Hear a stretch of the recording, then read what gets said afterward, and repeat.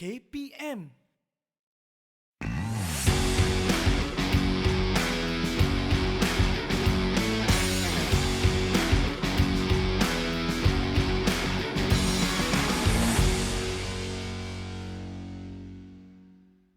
Hai semua, Assalamualaikum warahmatullahi wabarakatuh. Bersama saya, Kak Nora, dietitian anda untuk hari ini.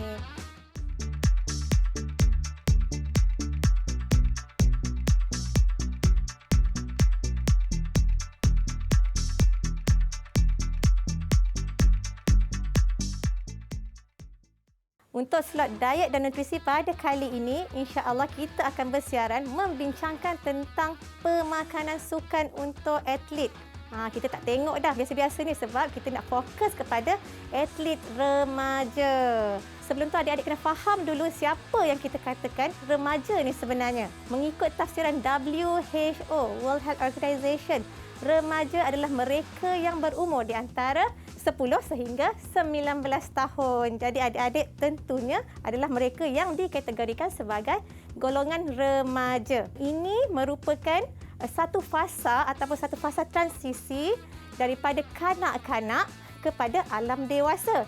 Sebab kita memang tahu kan dalam fasa kehidupan manusia, human life cycle kat situ, kita akan ada banyak fasa yang terlibat daripada kita di dalam kandungan sehingga mencapai usia tua. Jadi adolescent ataupun remaja berada di antara kanak-kanak dengan dewasa. Jadi akan berlaku banyak perubahan sebenarnya untuk adik-adik tahu kenapa fasa ini sangat penting dan bagaimana fasa ini, perubahan di dalam fasa ini mempengaruhi performance ataupun kita dapat relatekan dengan sukan ataupun sports activity. Okey. Untuk yang pertama, apa perubahan yang kita akan nampak sebenarnya apabila perubahan dalam usia remaja ini dari segi perubahan berat, yang mana untuk lelaki perubahan berat akan berlaku sekitar 5 sehingga 12 kilogram setahun, manakala untuk atlet remaja perempuan akan berlaku lebih kurang 5 hingga 10 kilogram setahun. Perubahan dari segi berat disebabkan oleh komposisi yang berbeza daripada kanak-kanak menjelang ke dewasa. Seterusnya tinggi. Tinggi juga akan berubah dan ini penting juga untuk sukan adik-adik. Okey, jadi Kak Nora nak share berapa banyak tinggi yang akan berubah sebenarnya dalam tempoh ni. Cukup tinggi ke, tak cukup tinggi ke? Jadi kalau ketinggian ada peak height velocity yang mana ditunjukkan waktu puncak bila tinggi tu terjadi untuk atlet remaja. Kalau untuk perempuan, PHV dia berlaku pada umur 12 tahun.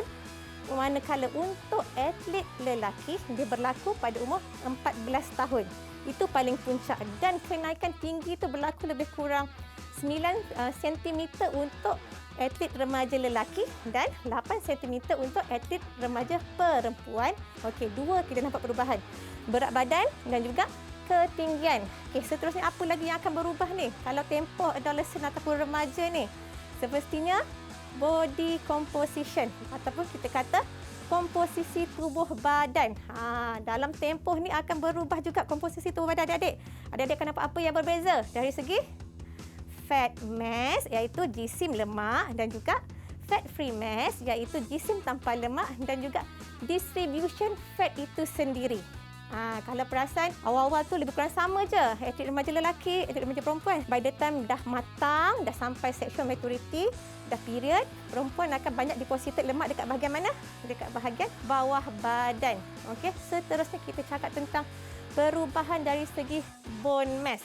Bone mass maksudnya jisim tulang adik-adik. Ini sangat penting sebenarnya during adolescent sebab itu tempoh kritikal untuk kita dapatkan bone mineral density yang paling maksimum. Maksudnya kena ada nutrition yang mencukupi iaitu kalsium dan juga vitamin D.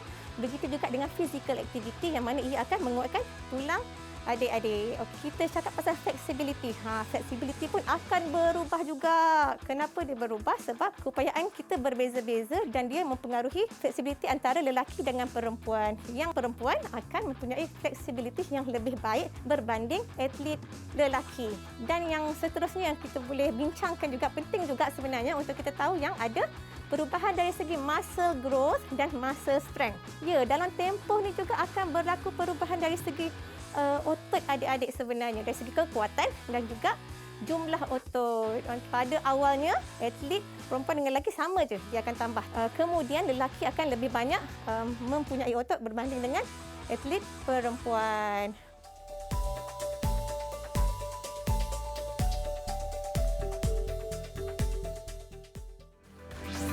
Didik TV KPM.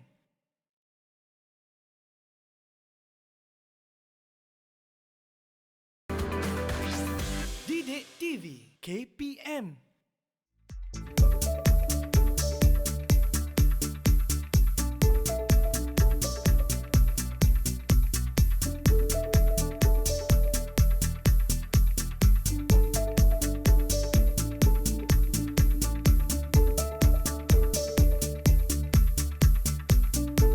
Ingat lagi tak tadi Kak Nora cakap apa sebelum ni? Kita bercakap tentang remaja dan perubahan semasa remaja. Kita dah tahu apa itu, siapa itu remaja.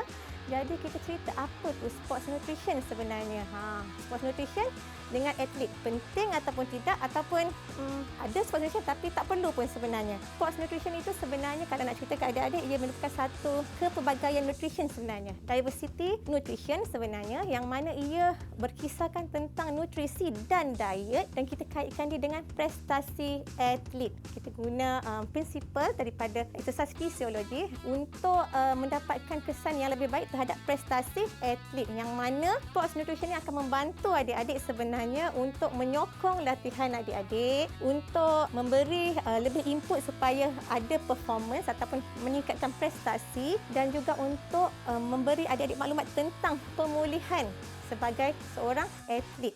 Recovery after pertandingan, recovery after latihan, supaya sentiasa bertenaga, supaya dapat outcome yang positif. Okey, jadi bagaimana diet yang seimbang ataupun diet yang sangat sesuai untuk atlet remaja? Yang pertama, diet perlulah seimbang. Ada semua kumpulan makanan yang mana tenaganya mencukupi untuk membantu pertumbuhan dan perkembangan adik-adik di usia remaja. Yang mana kita tahu pada usia ini kita perlukan lebih banyak nutrien untuk support pertumbuhan dan perkembangan. Itu penting, dan makan semua kumpulan makanan pada waktu yang betul, dengan porsi yang betul, dengan jumlah yang betul, dengan kalori yang mencukupi. Itulah salah satu kita kata diet yang penting ataupun diet yang sesuai, seimbang untuk atlet remaja. Okay, apa matlamat sebenarnya? Adik-adik tahu tak matlamat sports nutrition? Kita cakap, kita dah tahu dah sports nutrition tu ada kaitan antara prestasi sukan dengan pemakanan. Jadi matlamat dia apa? Apa yang kita nak capai bila kita amalkan sports nutrition sebenarnya? Yang pertama, kita nak pastikan cukup tenaga supaya kita boleh tumbuh besaran dengan baik. Yang kedua, kita nak pastikan cukup karbohidrat untuk masa glycogen dan juga untuk liver. Okey. Yang seterusnya, cukup protein. Cukup protein untuk repair, untuk build new muscle, supaya kita dapat kekalkan hidrasi dengan baik dan mendapat immune system yang bagus. Itu adalah short term kita. Tetapi kalau untuk long term, kita nak adik-adik boleh mampu bersukan dengan baik, meningkatkan prestasi sukan, ada recovery ataupun pemulihan yang proper, yang betul. Seterusnya boleh mengurangkan risiko untuk mendapat sebarang kecederaan. Jadi itu antara kita punya matlamat supaya adik-adik tahu apa matlamat sports nutrition sebenarnya, yang mana ia membantu adik-adik untuk meletakkan satu matlamat untuk mengamalkan ataupun mempraktikkan sports nutrition di dalam kehidupan adik-adik sebagai seorang atlet remaja. Kita dah belajar tentang proper nutrition. Cuba kita cek ataupun kita buat senarai semak terhadap diet pengambilan adik-adik setiap hari. Sama ada pengambilan makanan hari-hari, setiap hari adik-adik tu sama ada kategori dalam kategori yang kurang sihat ataupun sihat. Kita tengok yang pertama, kita tengok dari segi waktu makan. Okay, waktu makan sama ada di regular atau irregular. Tetap waktu makan ataupun tidak tetap waktu makannya. Kalau waktu makannya tidak tetap, bermakna dia kategori dalam kurang sihat, pemakanan yang kurang sihat. Tapi kalau ada waktu makan yang sesuai, dia bermaksud dia adalah salah satu tabiat pemakanan yang sihat. Yang seterusnya kita tengok dari segi nutrien.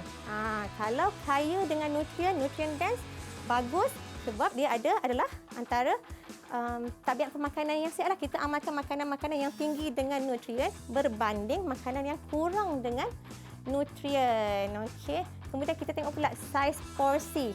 Portion size, sama ada adik-adik amalkan saiz yang terlalu besar ataupun saiz yang terlalu kecil ataupun bersesuaian dengan keperluan semasa. Okey. Kalau saiznya terlalu besar atau terlalu kecil, itu mungkin akan jadi tabiat pemakanan yang kurang sihat. Okey, tapi kalau adik-adik makan mengikut saiz porsi yang betul, bagus dekat situ untuk atlet supaya atlet tahu mengamalkan saiz porsi yang betul. Seterusnya tabiat yang seterusnya hidrasi ataupun tidak. Kalau tabiat pemakanan yang kurang sihat ni, dia akan senang berlaku dehidrasi. Maksudnya hari tu dia tak kira pun ataupun tak alert pun sama ada dia cukup pengambilan air ataupun tidak. Sedangkan untuk atlet, kita perlu kekalkan hidrasi yang baik pada setiap masa. Bukan pada hari pertandingan sahaja, bukan pada waktu training sahaja, tapi pada waktu-waktu lain pun kita masih kena kekalkan hidrasi yang baik. Kalau tidak kekalkan hidrasi atau berlaku dehidrasi, maksudnya adik-adik masih tidak mengamalkan tabiat pemakanan yang sihat. Jadi kalau nak sihat, kena pastikan cukup pengambilan air pada setiap hari, bergantung kepada umur, bergantung kepada physical activity adik-adik sendiri. Seterusnya kita akan cakap tentang pengambilan tenaga. Kita perlukan tenaga yang mencukupi untuk tumbesaran dan perkembangan. No point kita bersukan tapi kita tak cukup tenaga untuk tumbesaran. Itu akan terganggulah nanti bila kita tak cukup tenaga untuk tumbesaran. Macam mana kita nak perform pula, sebab yang basic untuk tumbesaran dan perkembangan itu tidak mencukupi. Bagaimana dia nak ikut ataupun nak top up kepada demanding physical activity itu nanti. Energy requirement untuk remaja sebenarnya agak sukar, berdasarkan kajian, agak sukar kita nak kira sebenarnya. Daripada banyak kajian pun dia tak ada specific amount, tapi dia bergantung kepada physical activity level. Okey, dan dia bergantung kepada gender, lelaki atau perempuan, bergantung kepada berat badan, bergantung juga kepada taraf aktiviti itulah. Dalam RNI itu dia dah mention siap-siap, dia dah calculatekan, tolong calculate untuk satu median umur lah, kerana dalam RNI itu sendiri tertera berapa keperluan tenaga untuk remaja berbeza umur. Berbeza umur, berbeza physical activity-nya. Kebanyakan untuk atlet kita akan gunakan PAL level dia adalah 1.8 ataupun 2.0. Jadi kalau tengok RNI itu, kita akan nampak lelaki lebih kurang 2,200 sehingga 3,000 kalori sehari, manakala untuk perempuan lebih kurang 2,000 ke 2,500. Dan yang saya nak tekankan, kalau orang nak tekankan dekat adik-adik, perbezaan adik-adik yang atlet dengan yang bukan atlet. Kalau perasan yang bukan atlet, mungkin pengambilan tenaga dia ataupun recommendation tenaga dia adalah kurang daripada 300 hingga 400 daripada adik-adik yang mengamalkan ataupun yang bersukan setiap hari secara aktif. Setiap hari ada physical activity, setiap hari ada training dan juga compete untuk pertandingan.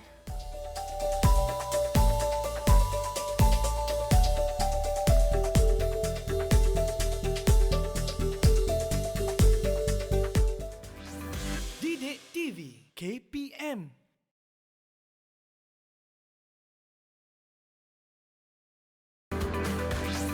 Didik TV KPM.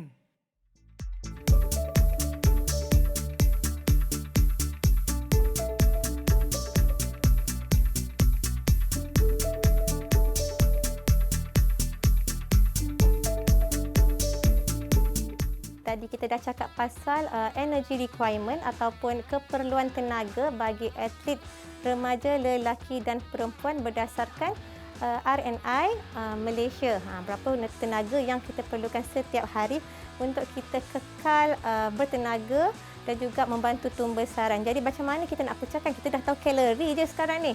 2,700, 2,500, 2,800. Macam mana kita nak terjemahkan dalam bentuk makanan? Kena hafal makanan pula ke sekarang ni?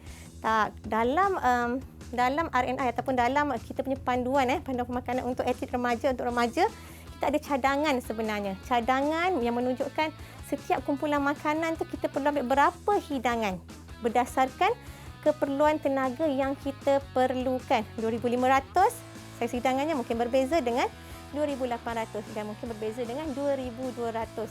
Apa yang berbeza? Saiz hidangan kumpulan makanan yang berada dalam piramid makanan. Kumpulan makanan yang macam mana? Kumpulan makanannya antaranya adalah cereal grains, sumber karbohidrat, kita ada kumpulan makanan buah-buahan, kita ada sayur-sayuran, kita ada legumes, kita ada legumes tu kacang, kita ada juga kumpulan fish ataupun sumber protein kat situ, fish ataupun meat ataupun poultry, dan kita ada juga sumber protein daripada susu, hidangan susu setiap hari, dan juga pengambilan lemak. Jadi kumpulan-kumpulan makanan ini ada saranan tertentu berapa hidangan yang kita patut ambil sehari supaya kita dapat memenuhi keperluan tenaga kita. Pada masa yang sama, kita tak mengabaikan jumlah karbohidrat, jumlah protein, jumlah lemak bersama-sama dengan makronutrien serta mikronutrien yang kita perlukan. Okey, sudah jelas dekat situ macam mana nak ambil, banyak mana nak ambil. Kita tengok pula apa isu-isu nutrition ataupun nutritional issue yang berlaku di kalangan atlet remaja. Kebanyakannya atlet remaja ni akan ada satu masalah tentang eating behaviour sebab cara makanan, corak pemakanan atlet remaja banyak dipengaruhi oleh faktor-faktor seperti environment, media sosial, saranan coaches, saranan ibu bapa, availability makanan itu sendiri, kawan-kawan, semuanya akan mempengaruhi corak pemakanan remaja, dan remaja ni mudah nak terpengaruh pada usia ini untuk memilih apa diet yang sesuai untuk dia. Nak makan macam mana pun dia senang nak terpengaruh. Jadi disebabkan itu juga akan berlaku banyak masalah-masalah yang berkaitan dengan pemakanan. Sama ada dia nak dieting sebab dia tak puas hati dengan bentuk badan dia. Untuk sukan-sukan tertentu mungkin kita perlu kurus sikit ke, kita perlu kurangkan lemak, jadi dia akan diet sendiri. Ataupun kita akan ada restricted eating. Dia hadkan pengambilan makanan dia sebab dia nak mencapai apa yang dia perlukan. Okey. Dan dah tentu kalau kita buat eating behavior yang sebegini akan mempengaruhi pengambilan kalori dan juga pengambilan tenaga, termasuk nutrien-nutrien yang kita perlukan untuk performance, untuk membesar. Jadi apa kesannya yang akan kita utarakan dekat sini, mungkin atlet-atlet itu akan mengalami masalah relative energy disorder. Relative energy disorder yang mana pengambilan makanan terlalu sedikit, inputnya terlalu sedikit, kalori pengambilannya terlalu sedikit, nak top up kepada dia punya tumbesaran, nak top up kepada dia punya perkembangan, dan nak top up kepada dia punya keperluan sukan. Jadi inilah satu keadaan yang kita panggil relative energy disorder, yang mana secara fizikalnya akan melibatkan ramai atlet juga sebenarnya, dan dia membuatkan ada masalah physical consequences-nya, antaranya adalah masalah tulang, masalah gastrointestinal, masalah kardiovaskular, dia akan mempengaruhi immune system, metabolik. Jadi ini akan berkesan yang tak baik kepada kesihatan. Okey. Kalau kepada performance pula, kepada performance adik-adik, kalau adik-adik ada masalah ni, kurang sangat pengambilan tenaga, akan membawa kepada kesan yang tak baik terhadap performance. Apa masalah-masalahnya? Antaranya mungkin berkurangan masa glycogen, simpanan glycogen di dalam otot akan berkurang, kekuatan otot akan berkurang. Adik-adik mungkin mengalami depresi, depres sangat sebab tak cukup makan, tak cukup energi, kita akan rasa depres. Okey.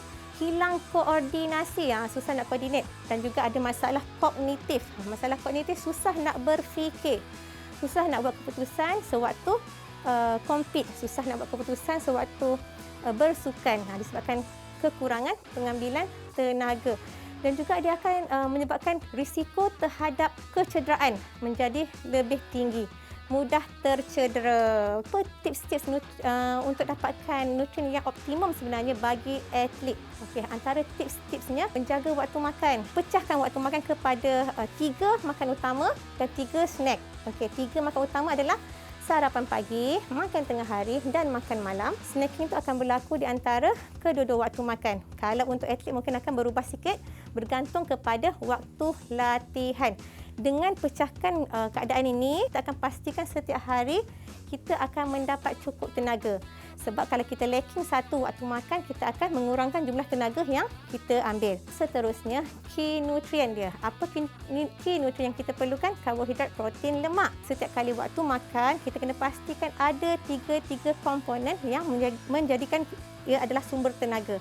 Maksudnya setiap kali waktu makan, kita jangan miss out any makronutrien. Jangan miss out protein, jangan miss out karbohidrat. Ini akan menyebabkan adik-adik mungkin kekurangan beberapa makronutrien. Yang ketiga, adik-adik perlu pastikan ada kepelbagaian. Yang mana kepelbagaian ini maksudnya pastikan semua karbohidrat, protein, fat tu ada untuk memastikan pada masa yang sama pelbagaikan supaya boleh top up ataupun support kepada mikronutrien. Vitamin dengan mineral, vitamin A, D, E, K, vitamin B, vitamin C. Kita perlukan kalsium, vitamin D. Dan kita perlukan banyak lagi mineral-mineral yang lain untuk membantu meningkatkan taraf kesihatan kita dan performance. Dan yang seterusnya, menjaga saiz porsi. Menjaga saiz porsi. Pastikan saiz porsi itu betul supaya tidak terlebih tenaga ataupun tidak terkurang tenaga. Berlebih tenaga yang kita ambil setiap hari mungkin juga boleh menyebabkan kita bertambah berat badan ataupun berlebihan berat badan ataupun mengalami obesiti. Kita tak nak perkara ini berlaku dekat atlet kita sebab kita memang tahu body fat mempengaruhi performance. Okey. Jadi kalau kurang energi pula kita tak nak terjadinya masalah-masalah stunted ataupun tak cukup ketinggian, tak ada pembesaran. Semua itu boleh berlaku kalau kita tak menjaga saiz porsi makanan kita dengan baik.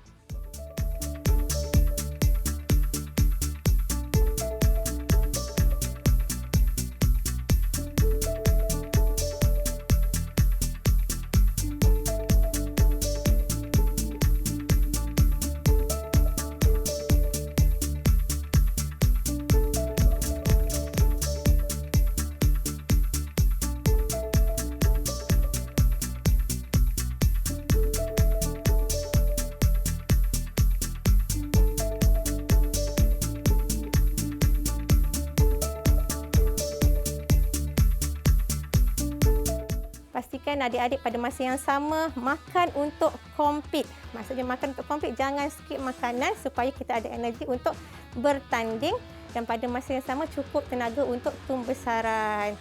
Okey, rasanya dah banyak dah share tu. Ada lagi tapi tak apa, nanti kita share waktu-waktu yang lain. Sehingga tu kita jumpa lagi insya-Allah dalam episod-episod yang lain, diet dan nutrisi khas untuk atlet remaja. Jumpa lagi.